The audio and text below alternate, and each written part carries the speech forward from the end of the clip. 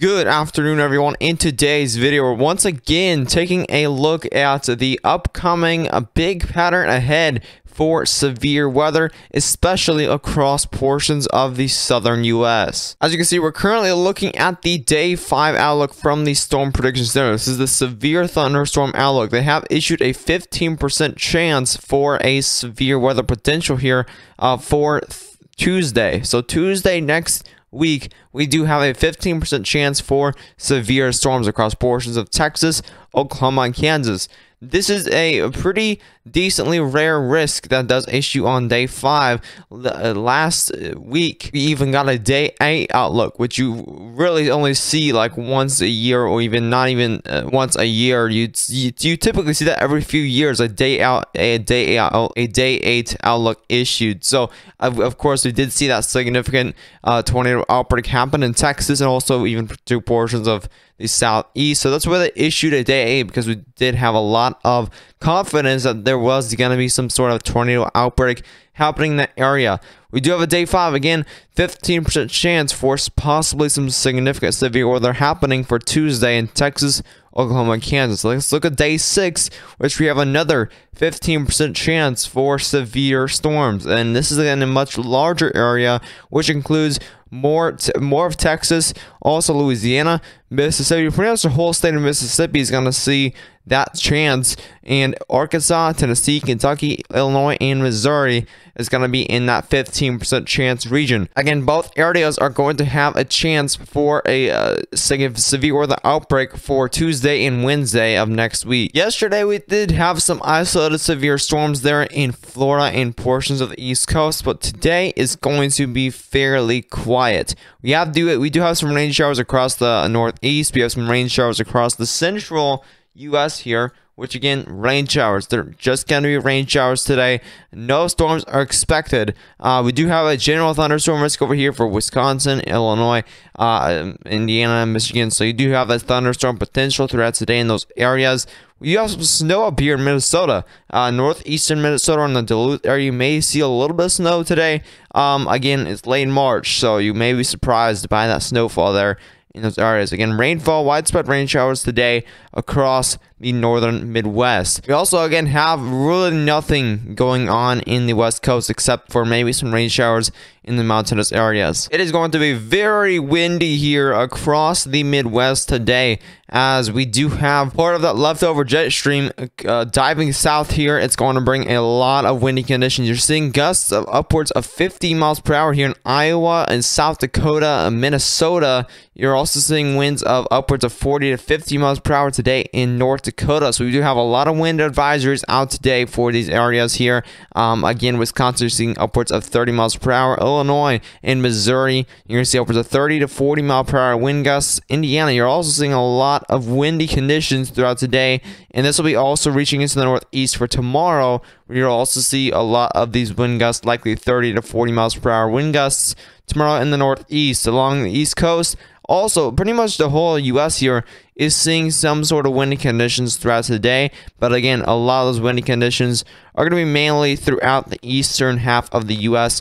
today, tomorrow, and through this weekend. Let's go ahead and let's look at the GFS model. We're going to be talking about this next system that's going to bring a lot of severe weather to the south, and also some more snow here to the central U.S. So let's go ahead and move forward here. This is going to be around March 27th, so around 9 p.m. March 27th. Again, really not that much going on. This is the next few days here through this weekend is going to be very quiet with precipitation wise. However, once you get into the overnight hours of Monday into Tuesday, we get a low pressure system. This is going to be around 9 p.m. of Monday.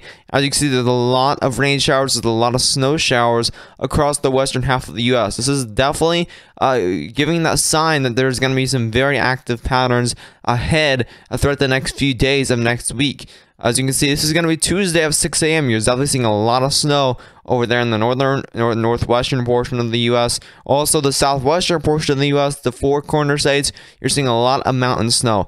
See this low pressure deep south here into more Nebraska and Kansas. Around 3 p.m. Tuesday, you're starting to see some storms fire around 9 p.m. of Tuesday. You're seeing likely those severe storms in Texas and in Oklahoma, and those will likely be a line of storms of damaging winds, a lot of hail potential, and definitely some tornadoes will be possible for Tuesday. Now, as we head into Wednesday, that severe threat moves eastward. As you can see, again, more of Texas, Louisiana now, Arkansas, Missouri could even see that severe threat, and even Illinois could see some of that severe threat for Wednesday. Again, tornadoes, winds, and hail will be likely for both of these days. This is going to be 12 p.m., so this is going to be through the morning and afternoon hours of Wednesday that these severe storms will be in these areas. Look at this. Very strong storms there in the evening hours of Wednesday, like the afternoon into the evening hours. Very strong storms throughout the south there, and those will likely be again very strong because this is looking like some extremely heavy rainfall on the GFS model. As you can see, this is going to be reaching throughout the overnight hours now from Wednesday into Thursday. So looking at Alabama, Georgia, you're going to see some very severe storms throughout the overnight hours, and then that should be weakening here as we head into the morning hours of Thursday. You're still going to see a little pocket of storms over there in Georgia and South Carolina that again maybe bring some damaging wind gusts and heavy rainfall there. But let's look at the wind shear part of the system. We have a very large winter system here that's going to be reaching, especially throughout late March, across the northern Midwest. Look at this as this starts up by around 12 a.m. of Wednesday around the Nebraska, South Dakota, North Dakota. You're seeing some very heavy snowfall here throughout the early morning hours of Wednesday, and this continues here throughout the afternoon hours of Wednesday as well. You're seeing some very heavy snowfall, likely an ice storm, a brief ice storm there for Minnesota and Wisconsin. Also, portions of Michigan could see some of that ice as well. Look at that snowfall. As you can see, very heavy snowfall continues here throughout the evening hours of Wednesday and even continues into the overnight hours. Again, that snowfall is just going to stall over those areas and bring a lot of snowfall to those areas. And this is 3 p.m. on Thursday. Still snowfall. So you're going to see a lot of snowfall for Minnesota, and you're still seeing snow showers by the overnight hours of Thursday into Friday. I mean, just look how long that low pressure stalls, just because it kind of goes north and then it kind of circles around like a donut and it finally heads into Canada by then. Even brings another potential storm setup down there to the south for early April. We don't typically look at snow totals in late March, but here we are in the northern Midwest. Look at these snow totals in the blues. You're going to see likely 2 to 3 to maybe even 4 inches of snowfall in the light blues to maybe dark blues. Over here in the pinks, this is where you're likely seeing upwards of 8 inches of snowfall. Again, this is late March in the northern Midwest. This is definitely possible. This typically does happen maybe 1 to 2 times per year in around late March, maybe even April. You see these types of winter storms. But again, a foot of snowfall here in northern Minnesota, even upwards of 18 inches of snowfall in northern Minnesota. Wisconsin, you're seeing likely 2 to 4 inches of snowfall. Not that much, but still, snowfall for late March. That is definitely not a everyday thing you see in late March and even into April. Michigan, portions of northwestern Michigan, that's where you're likely going to see upwards of 5 to 6 inches of snowfall, and some localized spots, maybe even upwards of 10 inches of snowfall there. The northeast, you're going to see a lot of lake effect snowfall from this. And this is where you're likely going to see 2 to 4 inches of snowfall, but more of those localized spots closer to Lake Erie, that's where you're likely going to see more of that snowfall. And also Lake Ontario, like Watertown, Rochester, New York, that's where you're likely going to see a lot of that snowfall hitting those areas because you are a lot closer to Lake Ontario or Lake Erie. Again, Erie, Pennsylvania, Buffalo, New York, you are going to see a very nice amount of snowfall here for March. If you are a snow lover, 6 to 7 inches of snowfall from just a lake effect to snowfall. So for those snow lovers, you're definitely gonna love this here for late March. We can't look at much severe models yet, but we can look at a few of these. As you can see, this is gonna be 850 millibars of wind. So this is winds that we're looking at in the atmosphere, about 850 millibars. So this is the low level jet. This is what provides a lot of these storms,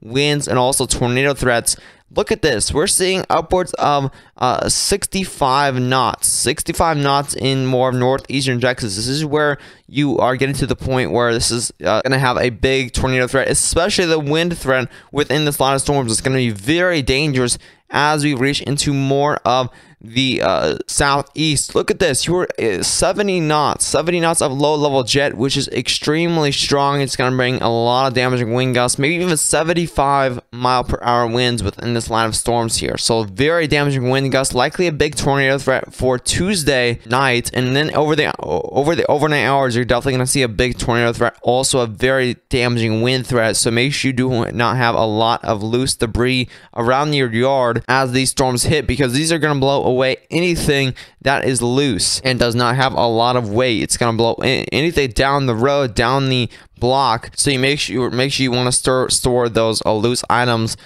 in somewhere inside. I mean, even this is even reaching up to Illinois here. 65 knots of low-level jet, which is going to definitely boost a lot of that damaging wind threat throughout Tuesday and Wednesday. Again, we're going to have a lot more details coming throughout the next few days here, so make sure you do subscribe to this channel if you are new. You won't miss a single update or live stream on this upcoming big time severe threat. Also, make sure to share this video with any friends or family that may want these types of latest weather forecast videos, and also anyone that does live in this impact area, share this information to them. But as always, stay safe.